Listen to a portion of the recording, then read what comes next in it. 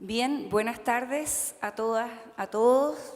Bienvenidos, espero, después de un reponedor almuerzo. Y vamos a retomar entonces las conversaciones acerca de temas tan relevantes como el que nos toca en este minuto.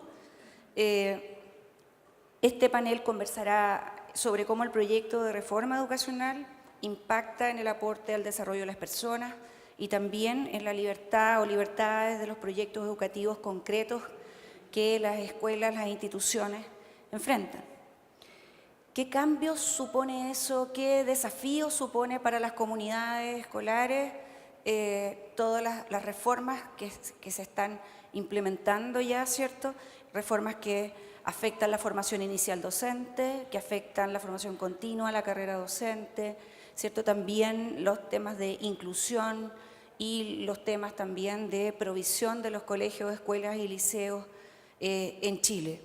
Por lo tanto, tenemos un tema importante, un tema que está hoy día contextualmente, ¿cierto?, muy boyante, en la discusión de todos los que nos dedicamos a la educación, en sus distintos niveles y en sus distintas formas. Quisiera presentarles a los panelistas, quienes compondrán el panel en orden de presentación. Son María Francisca Dusayán, ingeniero civil de industrias de la Pontificia Universidad Católica de Chile, aquí a mi lado derecho, donde obtuvo también el doctorado en Economía. Previamente realizó un Master of Arts Education en la University of North Carolina, Chapel Hill, Estados Unidos, consejera del Consejo Nacional de Educación y directora del Centro de Políticas Públicas de la Universidad del Desarrollo.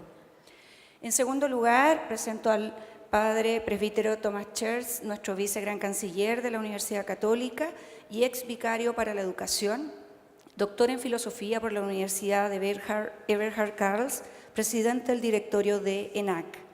Realizó sus estudios básicos y secundarios en el Colegio Deutsche Schule Santo Tomás Morus, en el Colegio Seminario Menor de Santiago, siendo ordenado sacerdote en el año 95.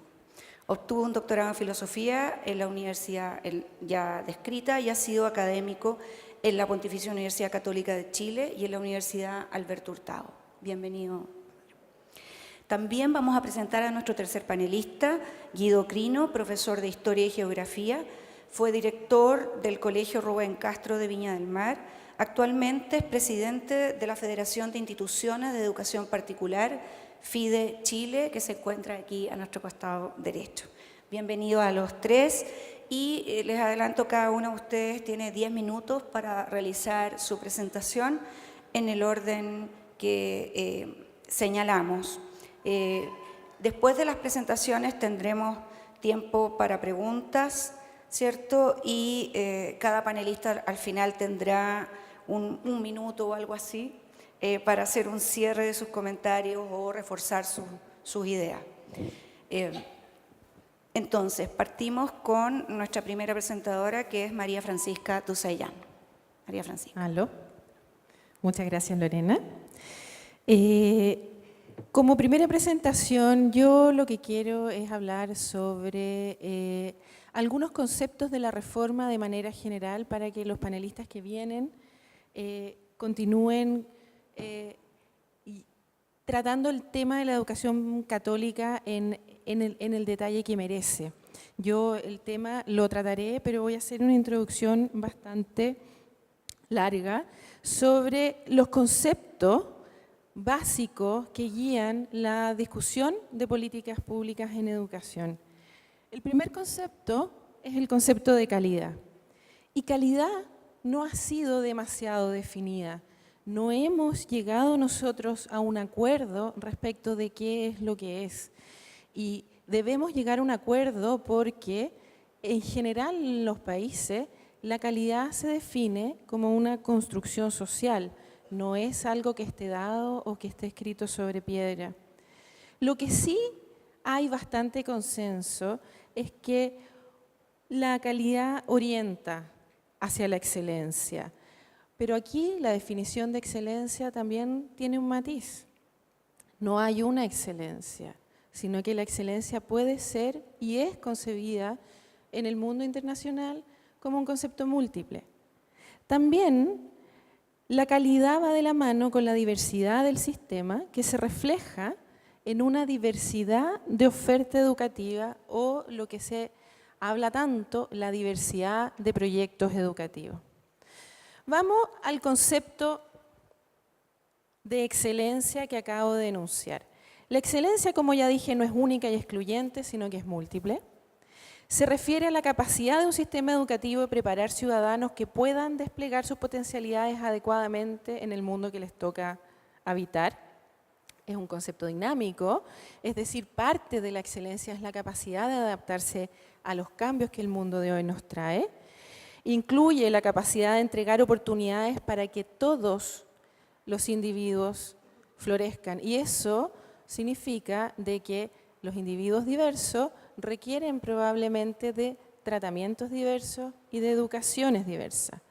La excelencia, así concebida, no es un concepto elitista.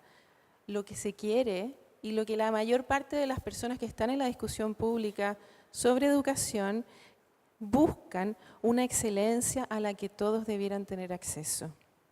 Respecto a la diversidad del sistema, que es parte importante y constitutiva de la calidad, es bien interesante considerar de que solo en un sistema diverso vamos a poder servir de manera adecuada a una sociedad compleja con variedad de talentos, intereses y visiones.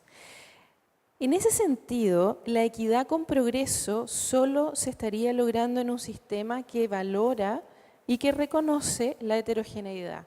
Un sistema que busca una educación de talla única para todos es un sistema que en general falla, y eso lo reconoce la OCDE. Acá hay un pequeño extracto de un informe sobre equidad y calidad en la educación de la OCDE en el que dicen de que, por ejemplo, y esto es un ejemplo nomás, la diversidad del sistema es un ingrediente clave para combatir la deserción escolar, porque quienes desertan justamente aquellos que no caben en este proyecto más bien homogeneizante único que algunas naciones han mantenido a lo largo de los siglos. Por lo tanto, y no pasé, estamos mal aquí, mala coordinación. Aquí está el comentario y el extracto de la OCDE y todo eso, la paso rápido. Bueno, el asunto es que la diversidad de proyectos se va a garantizar cuando la regulación, los mecanismos de financiamiento y los principios del sistema no favorezcan a un perfil particular por sobre el resto. Una cancha que sea relativamente similar para todos los proyectos que sean válidos y que cumplan con tener una excelencia dentro de, obviamente, este concepto de excelencias múltiples que ya hablé.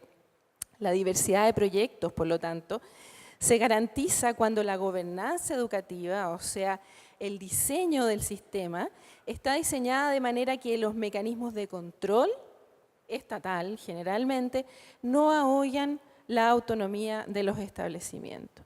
Acá tenemos un pequeño diagrama, ¿no es cierto? Tenemos que la excelencia y la calidad son ambas constitutivas de la calidad, y la gobernanza lo que busca es un equilibrio, lograr un equilibrio entre escuelas que tienen suficiente autonomía, pero también busca controlar. Y eso viene desde hace mucho tiempo y ocurre en todos los sistemas educativos del mundo. Hacia dónde se inclina la balanza, eso varía, pero que el desafío del equilibrio entre autonomía y control está en todas partes, lo está. Acá en Chile, ejemplos de autonomía se ven en el hecho de que tengamos un sistema mixto, en el hecho de que hay efectivamente en nuestro sistema colegios bastante diversos, y el control se ve en el que tengamos un currículum nacional, que uniforma de alguna manera, que pone un mínimo, y que tengamos un sistema de rendición de cuentas. La gobernanza buena, entonces, logra el desafío de balancear adecuadamente la autonomía y la rendición de cuentas. La autonomía es clave para que los proyectos educativos sean diversos. Y el control, por otro lado, es clave para minimizar abusos y en cierto sentido define la excelencia. La diversidad de proyectos es sinónimo de oportunidades para los diversos estudiantes que hay en el mundo. El control en exceso, por otro lado, limita la innovación y restringe los procesos dinámicos de mejora continua. La excelencia, ahí entre medio, puede ser múltiple y la verdad es que el excesivo control lo que hace es definir una excelencia que es única y excluyente. Las reformas del último tiempo, y ahora vamos al grano, en general inclinan la balanza desde la autonomía hacia el control. No es que nos estemos yendo de un extremo a otro, pero hay una balanza que claramente se inclina. Eso naturalmente dificulta la expresión de la diversidad de proyectos educativos. Ahí está la balanza. Estoy con un problema aquí con el paso de las diapositivas. De repente, sí, porque tengo que agarrar las dos cosas a la vez, entonces como que me... Ya. Entonces, la próxima. Gracias. Bueno, ¿qué reformas recientes exacerban el control? Ojo que el control es importante, pero las reformas recientes lo que han hecho es que han exacerbado el control y quizás hay ciertos proyectos que sienten que han visto limitada su autonomía. Por ejemplo, y acá hay ejemplos, la verdad es que probablemente el público se imaginará otras, el límite a la selección, las restricciones de entrada para nuevos proyectos, ahora fundar un nuevo colegio es mucho más complicado que antes, exigencias asociadas a la naturaleza jurídica del establecimiento, el hecho de que los establecimientos tengan que transformarse en sin fines de lucro, exigencias asociadas a la manera en que se financia la educación. Esas exigencias son bastantes, pero entre ellas está el fin al copago. La siguiente. Para controlar, entonces, es fundamental definir un objetivo y referente deseable. Una reforma que incrementa el control es una que naturalmente va a definir lo que es bueno. Y la discusión pública que se ha dado, en general, se ha dado porque esta definición de lo bueno no necesariamente es percibida por el colectivo como fruto de una definición social, como fruto de una conversación entre familia y actores relevantes, profesores, directores, etc. Los más perjudicados, la siguiente, los más perjudicados son los proyectos y visiones que se escapan del nuevo marco de lo que se supone que es bueno, definido y regulado por la ideología de la autoridad que ha impuesto, dicen algunos, lo adecuado y lo justo.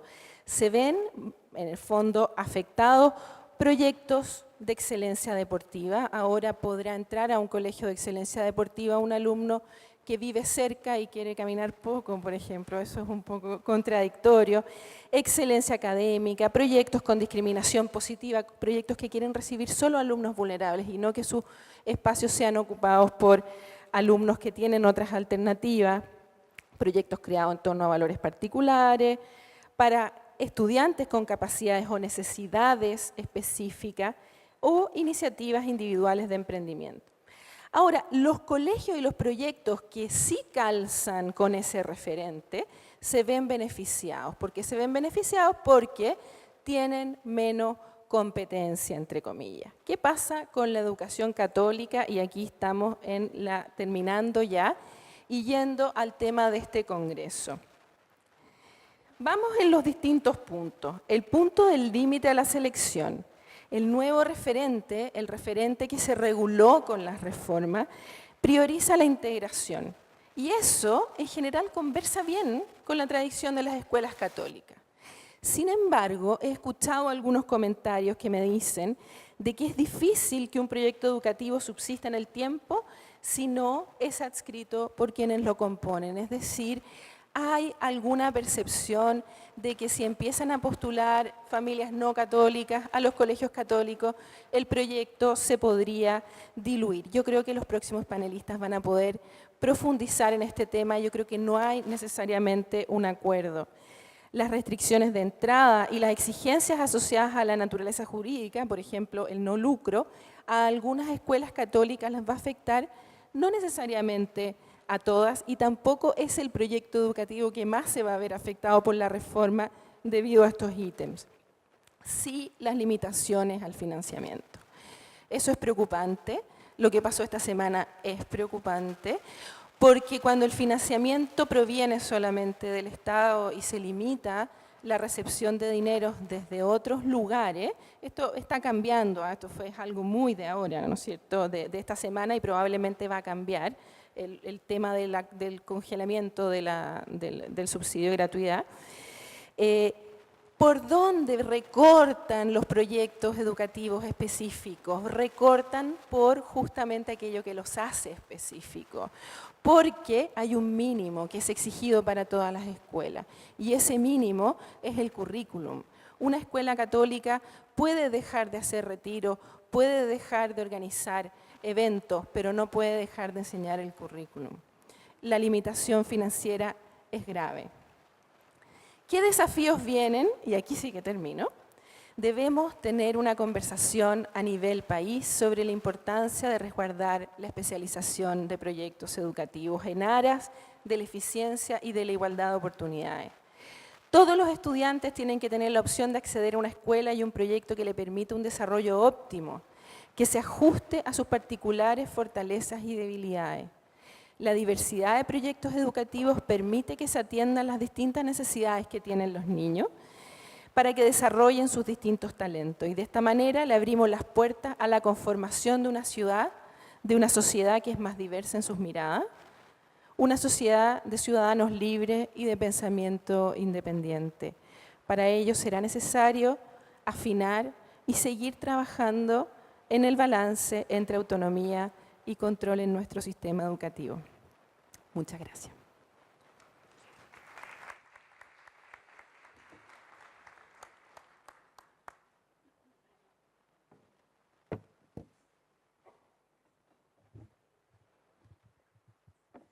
No.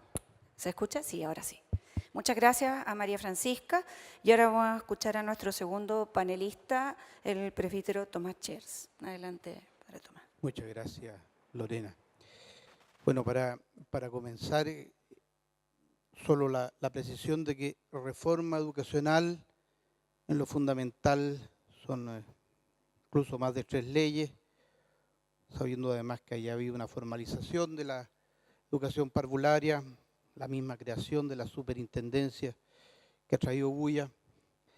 Quisiera privilegiar la primera de ellas, que es la de inclusión escolar, ¿no?, que probablemente tiene una mayor incidencia en el tema nuestro, que son fundamentalmente instituciones subvencionadas de educación y nacidas por iniciativa privada.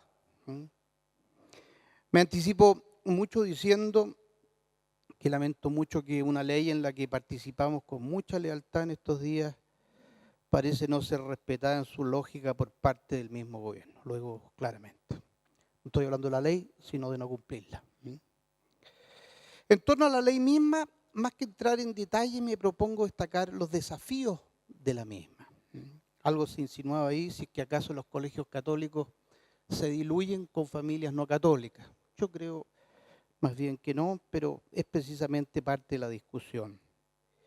Previamente es importante, y a propósito de la provisión mixta de la educación en Chile, precisar el rol de la educación de estas iniciativas privadas. Y repito aquí que más que privada, la tradición nuestra ha llamado particular. No hay que olvidar que lo particular no se sustrae a lo público, es una parte o perspectiva de él. En cambio, la acción privada, por naturaleza, no entra necesariamente en lo público, o solo de una manera especial. Por una iniciativa privada, crear evidentemente un centro que sí va a tener una incidencia pública. Yo creo que esa distinción es muy importante porque en la política Se habla de las instituciones privadas como al margen del mundo estatal y sabemos muy bien que lo estatal no es lo mismo que lo público. Por eso, el gran problema, y así lo veo yo, es confundir lo privado, donde es permitido que entre el lucro y la selección, con la tradicional enseñanza particular que es de muy larga data en nuestro país, como lo explicaba, y donde fundamentalmente las instituciones católicas han jugado un rol ejemplar. Con motivo de las discusiones en el año 2014, en torno al proyecto de inclusión escolar, donde me tocó participar en mi calidad de vicario para la educación, tuve la oportunidad de profundizar en la misión y en la tradición de colegios católicos que tenían y tienen una gran presencia en sectores más pobres y vulnerables, ejerciendo con lealtad esa particular forma que ha tenido la Iglesia, a saber, una educación integral, espiritual, procurando también lo académico. Junto a las reivindicaciones estudiantiles, lo recordarán ustedes, en torno a la gratuidad, calidad e inclusión en los colegios, corría paralelo a un documento eclesial en esos años en que me tocó, surgido desde la Sagrada Congregación para la Educación Católica, llamado Educar hoy y mañana una pasión que se renueva. Tal vez los que tuvieron la oportunidad de leerlo recordarán que era un instrumento de trabajo para un Congreso de Educación Católica que se realizó, de hecho, el 2015 en Roma. En él se leía que la escuela católica tiene que introducirse en el debate de las instancias mundiales sobre la educación inclusiva y aportar en este ámbito su experiencia y su visión educativa. Y sigue en el mismo ámbito de la educación este instrumentus laboris, para pegar un latinazo, decía que hoy se pide a los sistemas escolares promover el desarrollo de las competencias, no solo de transmitir conocimientos. El paradigma de la competencia, interpretado según una visión humanista, que va más allá de la adquisición de conocimientos específicos o habilidades y que concierne todo el desarrollo de los recursos personales del estudiante y crea un vínculo significativo entre la escuela y la vida. Por ejemplo, temas de convivencia, de proyectos educativos que han sido mencionados. Esto era, en el mismo documento, un cuestionamiento a una educación solo cuantitativa y académica. Por su parte, el mismo año, el 2014, la Conferencia Episcopal Chilena en julio del 2014 señalaba al Senado de la República que no era solo urgente una necesaria revisión y transformación de la educación en el país, sino que era necesario hacer un avance significativo en la oferta educacional a los más pobres. La construcción de un sistema más equitativo y contrarrestar decididamente la segregación social desde la base, favoreciendo mayores grados de integración e inclusión. Cierre comillas. Detrás de estos anhelos, de estas demandas, podría decirlo uno, que ponían de manifiesto la búsqueda permanente del bien común y de lo que también el nuevo gobierno asumido entonces, precisamente el año 14, buscaba reivindicar, es lo que se presentó en el proyecto de ley. ¿Cómo evaluar el proyecto de ley? Eso es lo que uno en el fondo comienza a ver detrás de estos anhelos. A mi juicio, y es una opinión personal que mantengo, los anuncios de que se intervendría con una maquinaria pesada, entenderán que este es un eufemismo, en las políticas públicas, insuflaron un aire de cierta sospecha y de eventual amedrentamiento contra la educación particular. Propio de la confusión entre lo privado y lo particular, según el sentido que antes se ha dado, suscitaba también una suerte como de, por así decirlo, desinformación, desconocimiento de los alcances de la reforma, de los contenidos, y además muy amplificado por los temores, miedos, posibles situaciones de perjuicio de aquellos que invirtieron en educación legítimamente pareciera que se hubiese identificado el miedo a no seleccionar con el miedo a perder beneficios.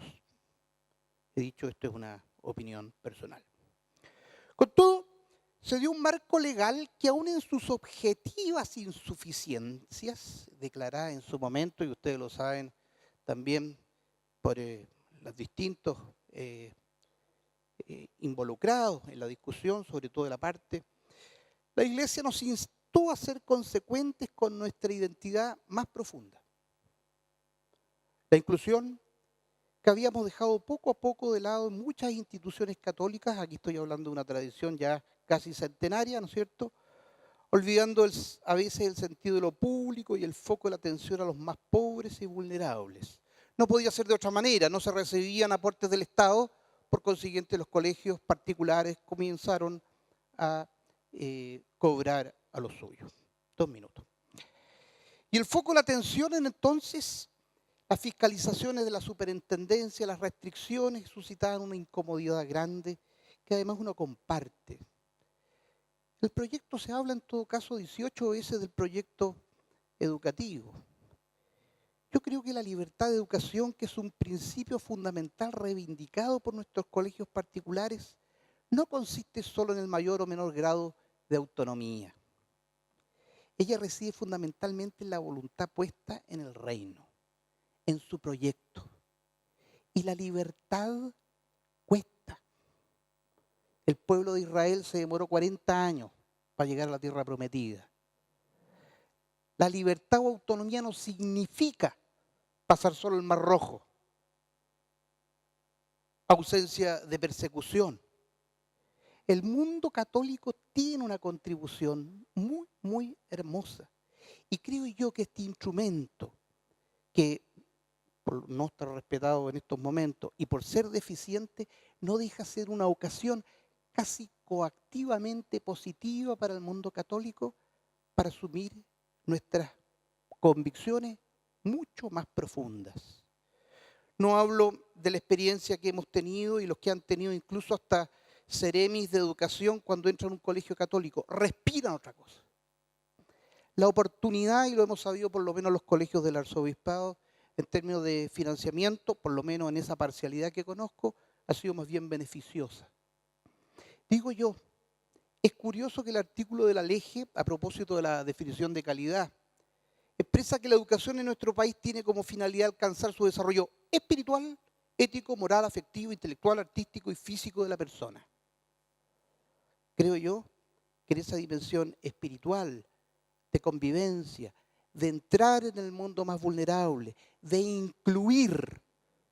Incluir significa en el fondo aceptar que una persona, aunque no sea católica, quiere educarse en esa vida. Y es un desafío para nosotros poder entregar esa buena nueva que tiene que erigirse precisamente con una libertad que no se logra de la noche a la mañana. Por eso, qué mejor que aprovechar esta ocasión y explicar que la calidad de educación consiste precisamente en este desarrollo, pero en todas sus dimensiones, inclusiva, espiritual, ética, moral, afectiva, intelectual.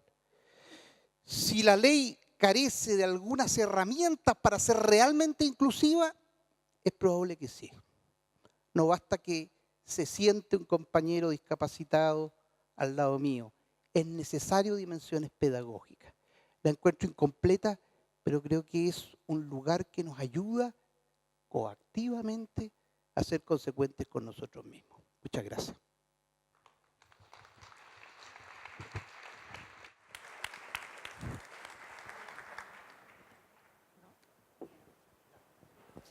¿Aló? Muchas gracias, Padre Tomás. Y escuchamos ahora al profesor Guido Crino. Muy buenas tardes a todas y a todos.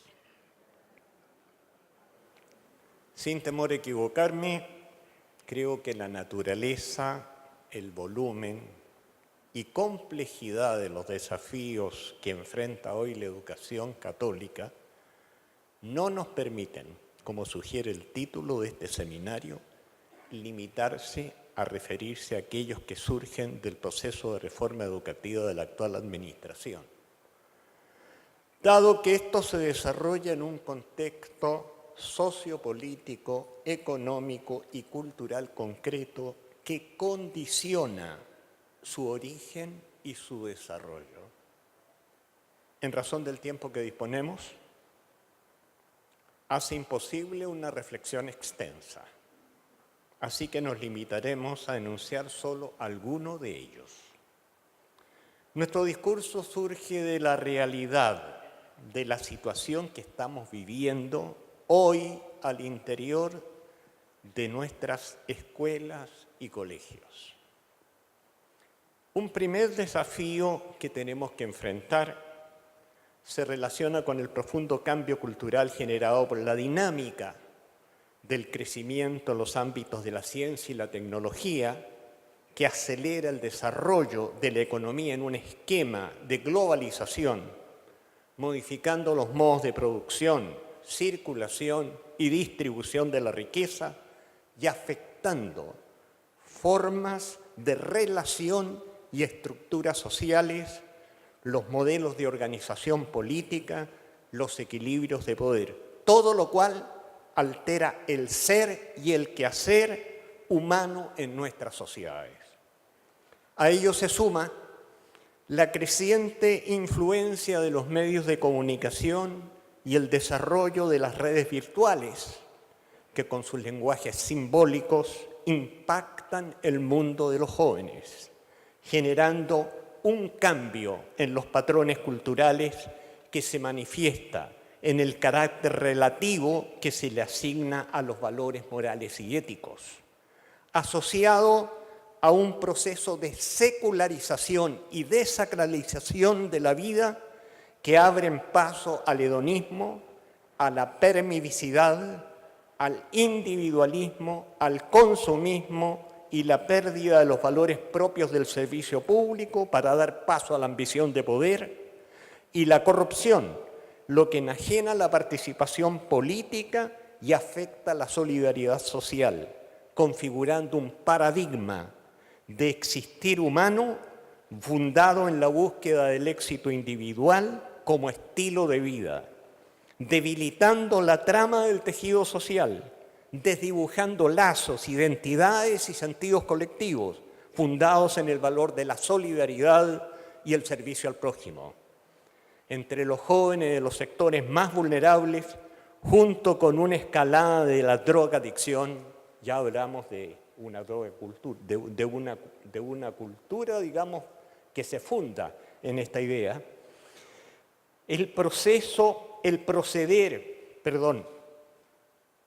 se advierte en los jóvenes una falta de ideales y compromisos. Como elemento propio de la cultura juvenil, el proceder fundado en los principios del deber y la disciplina ha dado paso a una gestión de corte individualista basada en el derecho a la autonomía y a la realización personal. Y los agentes tradicionales de socialización, como padres y profesores, formados en paradigmas diferentes, no están preparados para persuadir en vez de ordenar, negociar en vez de imponer, invitar a la reflexión y a la autoevaluación en vez de adoctrinar y sancionar. Esto pone en jaque la labor formativa de padres, de la escuela y de la iglesia. Este desafío impone a la escuela católica la necesidad de hacer una profunda revisión de sus proyectos educativos en consonancia con el magisterio actualizado de la Iglesia. Se requiere construir nuevos mundos de sentido, proyectando un proceso formativo fundado en una antropología y una cosmovisión cristiana que permita dar cuenta de esta nueva realidad. Mundos de sentido que en el contexto de una visión cristiana de la existencia en busca de la excelencia humana que trascienda la individualidad para integrarse a la sociedad en dimensión de servicio con sus semejantes con la finalidad de construir una cultura fundada en la solidaridad, en la justicia social, en los valores de la libertad y la democracia, en el respeto por la naturaleza y la búsqueda del desarrollo económico sustentable. Para construir estos nuevos mundos de sentido, el desafío propio de cada comunidad educativa es necesario responder, entre otras, a varias interrogantes, y aquí están los desafíos. ¿Cuáles son los contenidos de este nuevo mundo de sentido que requiere construir la educación para que resulte pertinente para la Iglesia, la sociedad y significativa para los jóvenes? ¿Qué puede hacer la educación católica para atenuar los efectos de la anomia que afecta a las nuevas generaciones? ¿Cómo proceder a adecuar nuestra gestión educativa conforme a los cambios que experimenta la institución familiar? ¿Qué podemos hacer para educar en el uso crítico de la tecnología de la información y la comunicación? ¿Cómo proceder desde una postura cristiana frente a una diversidad cultural donde distintos valores aglutinan lealtad de diferentes grupos humanos? ¿Cómo abordar educativamente los problemas de la droga, de la sexualidad y la violencia juvenil? ¿Cómo asumir el desafío que plantea la formación de una sólida cultura cívica que, recreando la capacidad de generar utopías, comprometa a las nuevas generaciones en una acción política que, junto con perfeccionar la democracia, ampliando la participación ciudadana, permita articular una gestión de la economía fundada en la justicia social que procure un desarrollo humano sustentable y sin exclusiones en conformidad al magisterio social de la Iglesia. ¿Cómo hacer posible un proyecto educativo que se haga cargo de todas estas exigencias que en algunos casos se suman y en otros modifican sus directrices existentes? ¿Cuáles son los cambios que habría que introducir en la formación inicial de los docentes, en la formación permanente de los docentes, en sus tiempos y modos de gestión pedagógica, con el fin de que estén capacitados para hacer frente a las nuevas exigencias? Junto con ello, se requiere preocuparse por la selección, actualización y perfeccionamiento de sus educadores, tanto en el ámbito de sus disciplinas como en la dimensión de la fe, para que ésta se exprese como testimonio vivo del Evangelio.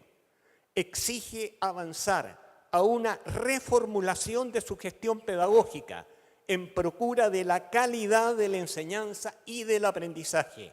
Finalmente, dada la falta de vocaciones religiosas, la Iglesia debe asumir que ha llegado el tiempo de confiar en la incorporación a la tarea educacional de los educadores laicos comprometidos con el Evangelio.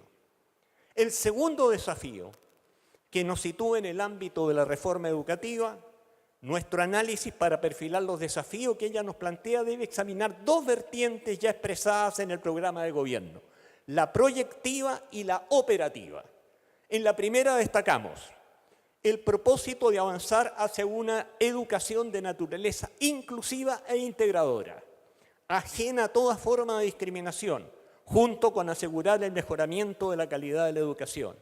Debemos consignar, sin embargo, que ella se aplica solo a la educación subvencionada y aparece principalmente asociada a la inclusión socioeconómica y a las diferencias de capital cultural, dejando en segundo plano la referida a las y los estudiantes que presentan necesidades educativas especiales, los que provienen de la inmigración extranjera o los que forman parte de las etnias originarias. Estas dos últimas atendidas las complejidades que reviste. Se reconoce, en segundo término, el carácter mixto de la provisión educacional, pero se afirma la necesidad imperiosa de fortalecer la educación pública escolar, teniendo como meta verificable la recuperación de la matrícula. Para alcanzar estos fines, se ha dispuesto la cobertura de la educación inicial, el incremento de los recursos de subvenciones, promover la formación inicial y el desarrollo profesional docente, la creación de un sistema de educación de dependencia estatal centralizada, todos valores aceptables.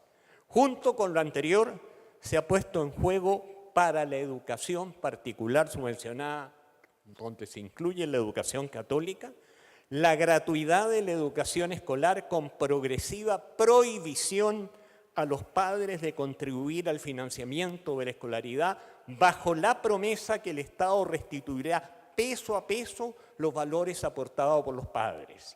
El término de la admisión selectiva con un proceso de postulación y admisión controlado por el Estado en todos los establecimientos educacionales.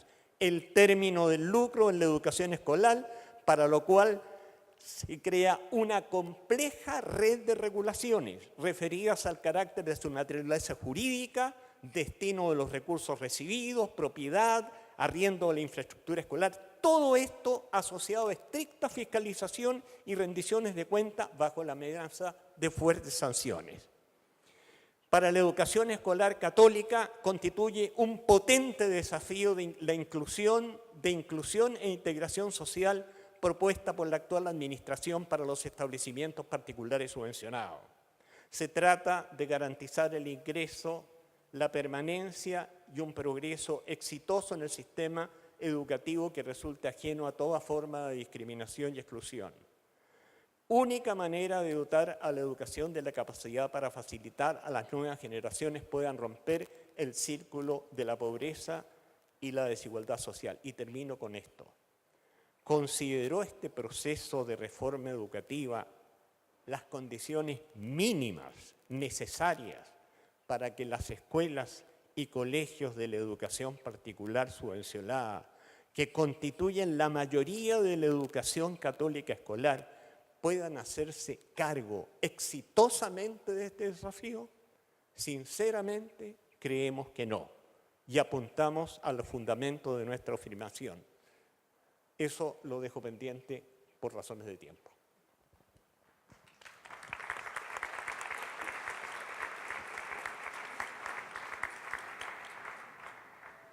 Bien, mientras llega alguna pregunta del público,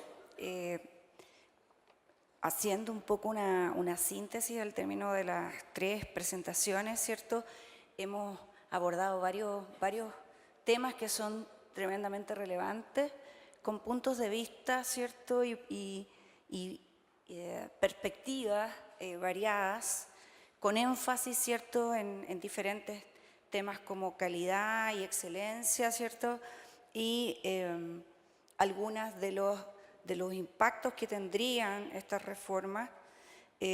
También hemos visto la discusión sobre los proyectos más relevantes de la reforma y cómo estos proyectos, más que desafiar negativamente, pueden contribuir, ¿cierto?, a asumir la convicción de la educación católica con más profundidad. Y en tercer lugar también hemos visto, ¿cierto?, contextualizadamente algunos de los problemas o los desafíos que tenemos hoy día como educadores católicos y cómo se ven impactados en ese sentido familia, selección, ¿cierto?, y financiamiento, provisión de la educación. Dicho eso, vamos a mirar las preguntas.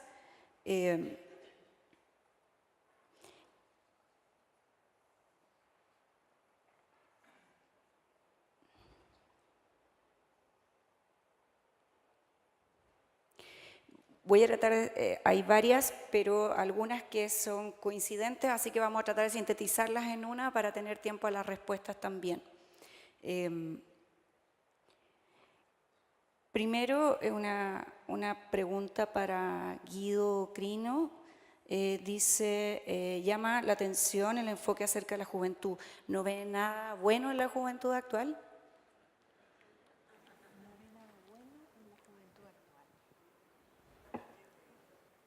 Me limité a señalar los aspectos críticos de un sector específico de la juventud actual.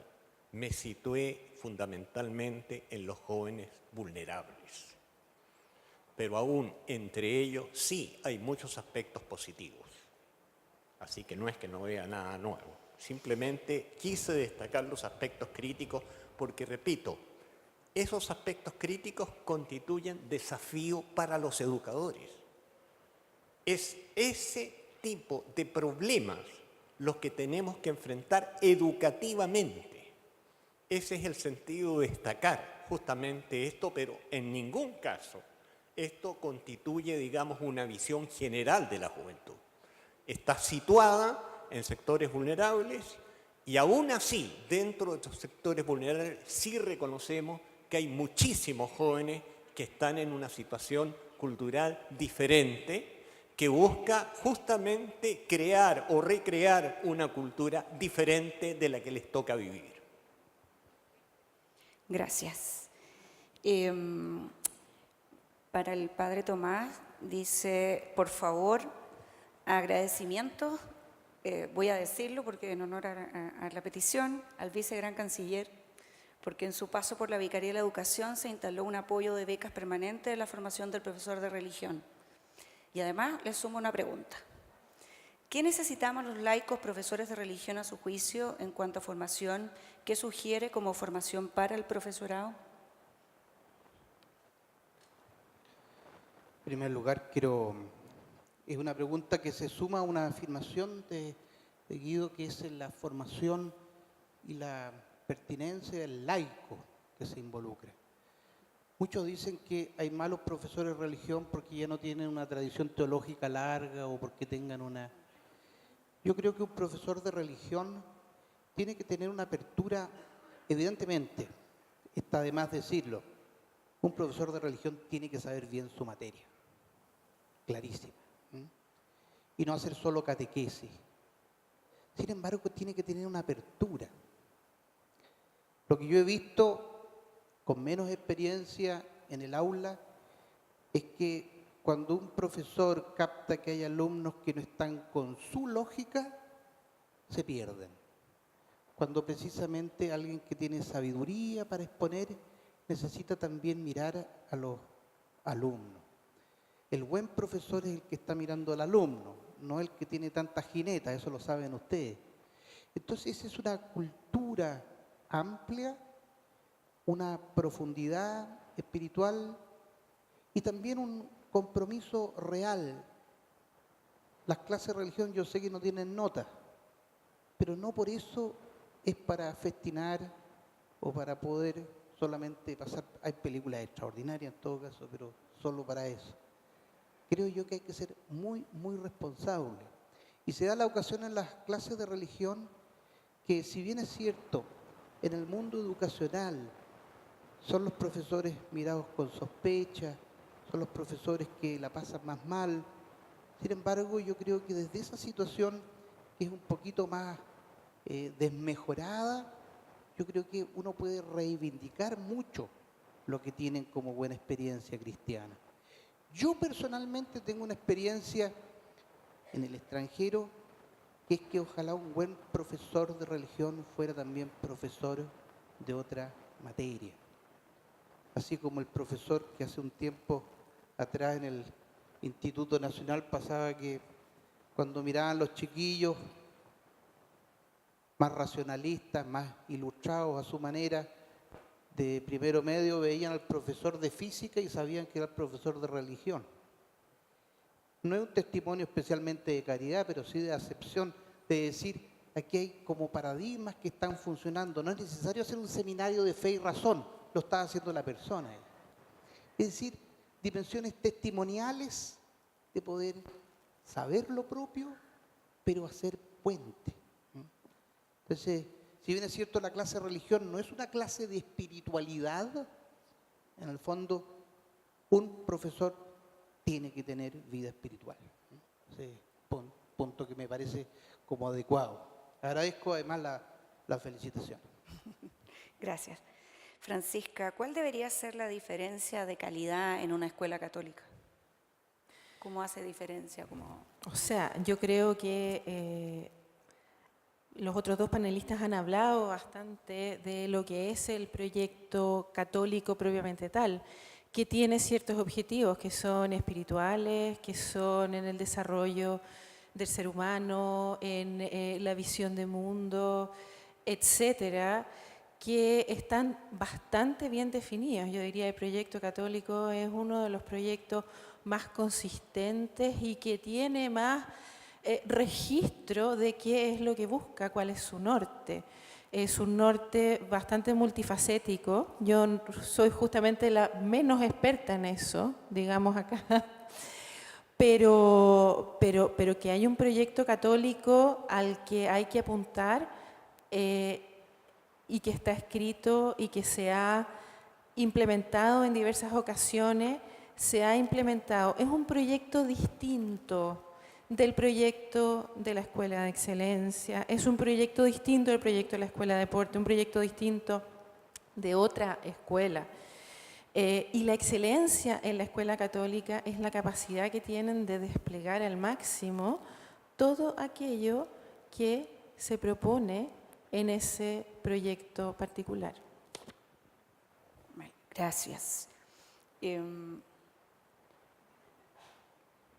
Esta en realidad la podrían contestar cualquiera de los que quiera contestarla. ¿Qué diversidad de proyectos se le presenta realmente a los jóvenes de escasos recursos, a los niños de escasos recursos? ¿Cómo avanzar a la diversidad de proyectos en todos los niveles socioeconómicos? ¿Quieres? Sí. Yo puedo contestar corto. Creo que efectivamente ese es un problema en nuestro sistema. Esa es una discusión que tenemos que tener. En cierto sentido, son los grupos socioeconómicos más privilegiados los que tienen más acceso a la elección, a encontrar aquel establecimiento que más se acerca, que más te permite desarrollarte de manera plena. En los sectores más desposeídos no hay un colegio especializado en deporte, por decir, o han habido colegios, sí, por ejemplo, especializados en excelencia académica, que han tenido alguna entrada en los sectores más desposeídos. Estaríamos hablando de un proyecto particular que sí ha podido recibir a personas más vulnerables con éxito, y que ese tipo de proyecto debiera, ojalá, seguir siendo una alternativa.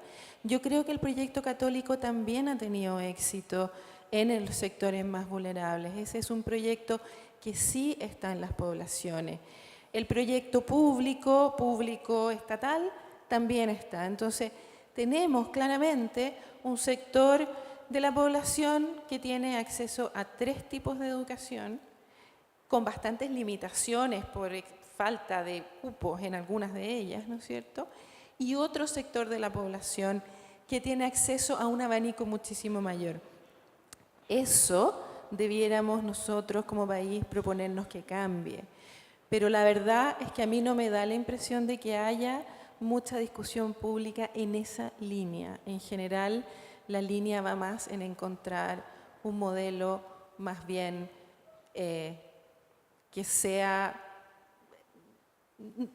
único, o no único, pero más o menos bien armado desde la regulación, con pocas posibilidades para la innovación. Gracias. No sé si alguno de los otros panelistas quiere hablar sobre ese mismo tema.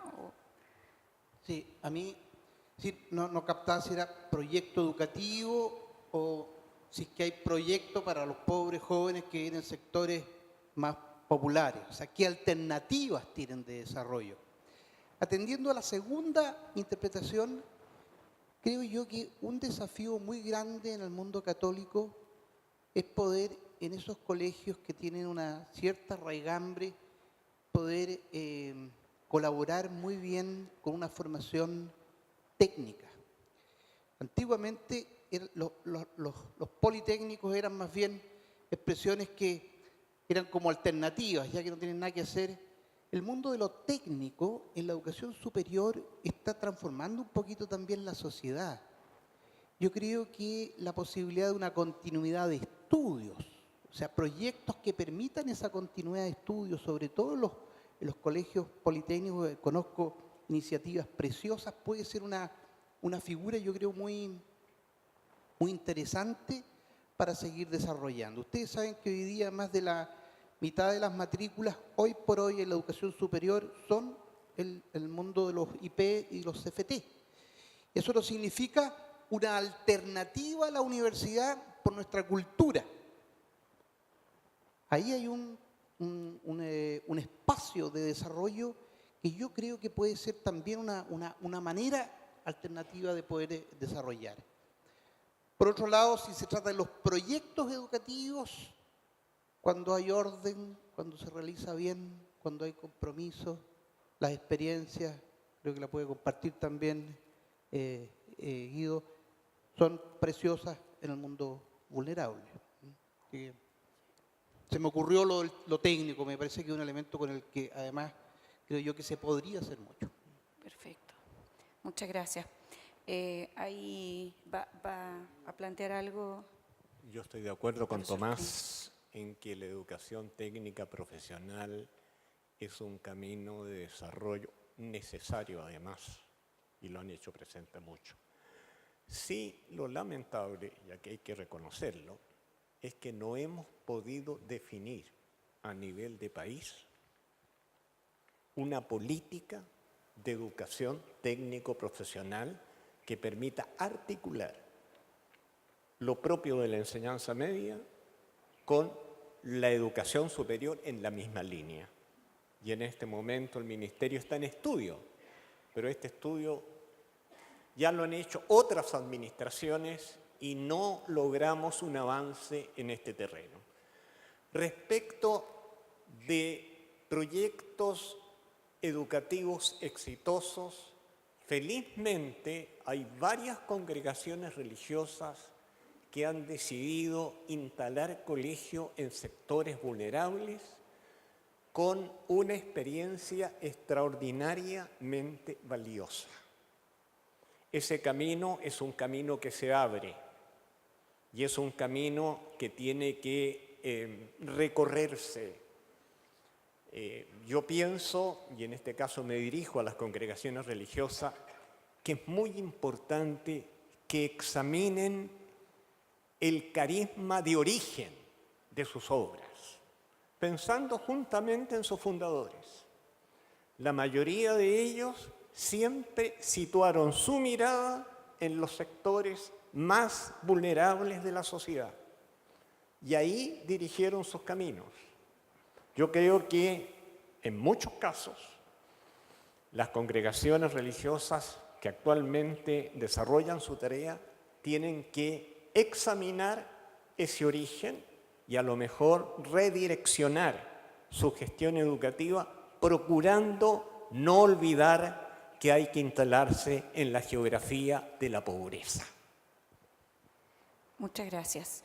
Tienen un minuto cada uno para hacer un cierre, pero llegaron varias preguntas, quedaron dos cosas, pero quizá enfocarse un poco en el tema desde el punto de vista de la inclusión y de la apertura de los colegios católicos también a los no creyentes, en el sentido de que plantea el Padre Tomás también, varias inquietudes sobre cómo un colegio mantiene su identidad católica siendo inclusivo.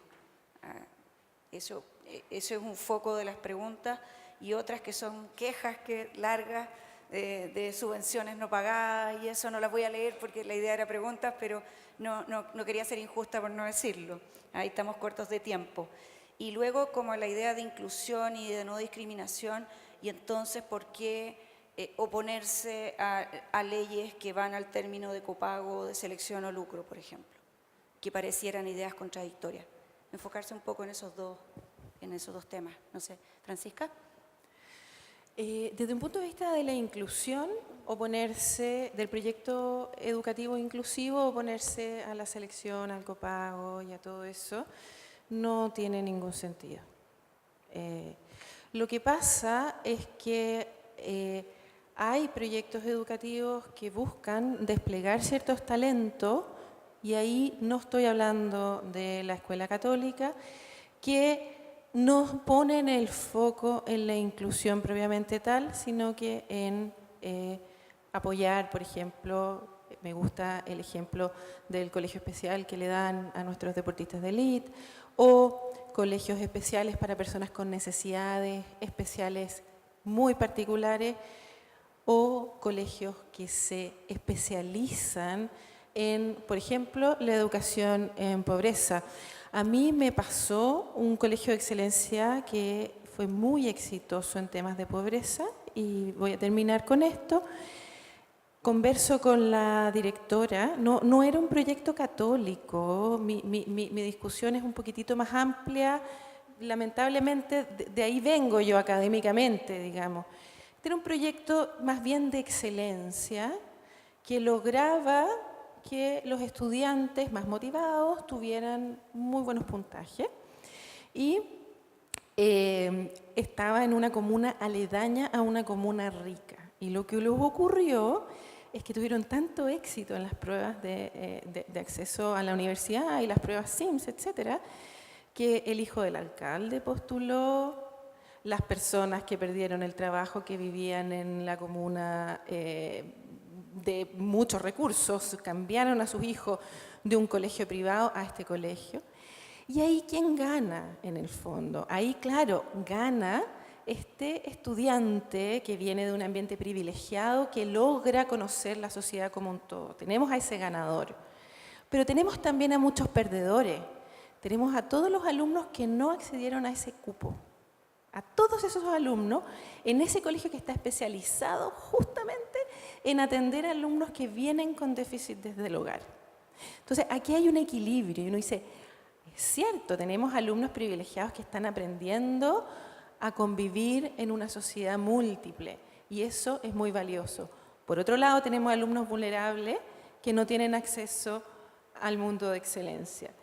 En general, lo que nos encontramos es con contradicciones en las que la solución está en un justo equilibrio. Igual cuando digo control versus autonomía, la discusión está en el equilibrio, no está en lo uno o en lo otro. Y hay ciertos equilibrios que se rompen y que en el juicio de algunos expertos se han roto y dejado más perjudicados que beneficiados. Y ese sería el análisis. Muchas gracias. Gracias, Francisca. Un minuto era, pero bueno, vamos.